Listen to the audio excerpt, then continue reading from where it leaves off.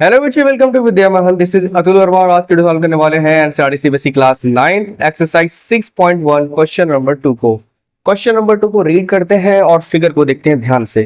Figure in figure 6.14 lines X Y and M N intersect at O. देखो ध्यान से कि जो एक्स वाई लाइन है और एम एन लाइन है वो इंटरसेक्ट कर रही है ओ पॉइंट पे। ठीक है, if P O Y 90 degree, देखो पी ओ वाई ये वाला जो है 90 डिग्री दिया है, ठीक।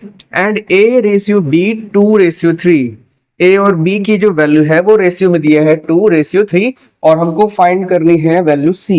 हमको सी की वैल्यू फाइंड करनी है। सबसे पहला काम, लेट्स जो ए रेशियो बी दिया है ना, तो उसको ए को मान लो 2x और बी को मान लो 3x। ठीक है, इतना काम कर लेना।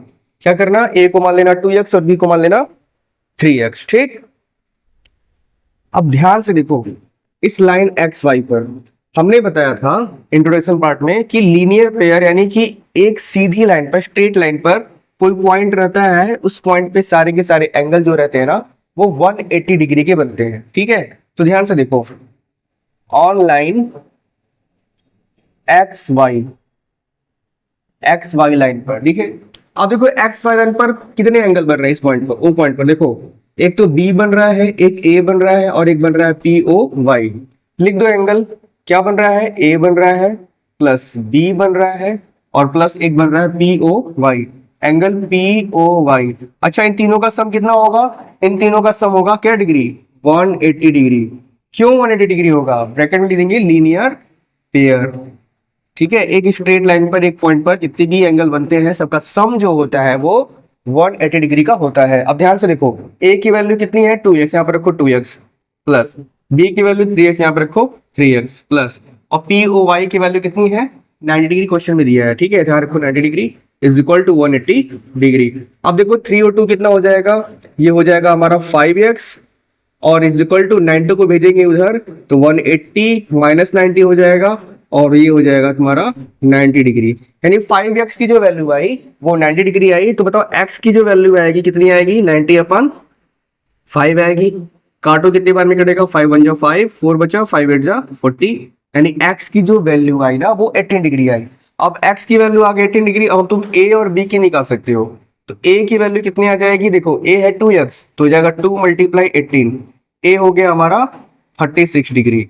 अच्छा, b कितने का हो जाएगा, b 3x है तो 3 × 18 कितना हो जाएगा 54 डिग्री हो जाएगा। लेकिन हमको तो c फाइंड करना है। अब ध्यान से देखो c कहां पर है, यहां पर है। अच्छा, m और n क्या स्ट्रेट लाइन बन रही है, ना m n स्ट्रेट लाइन।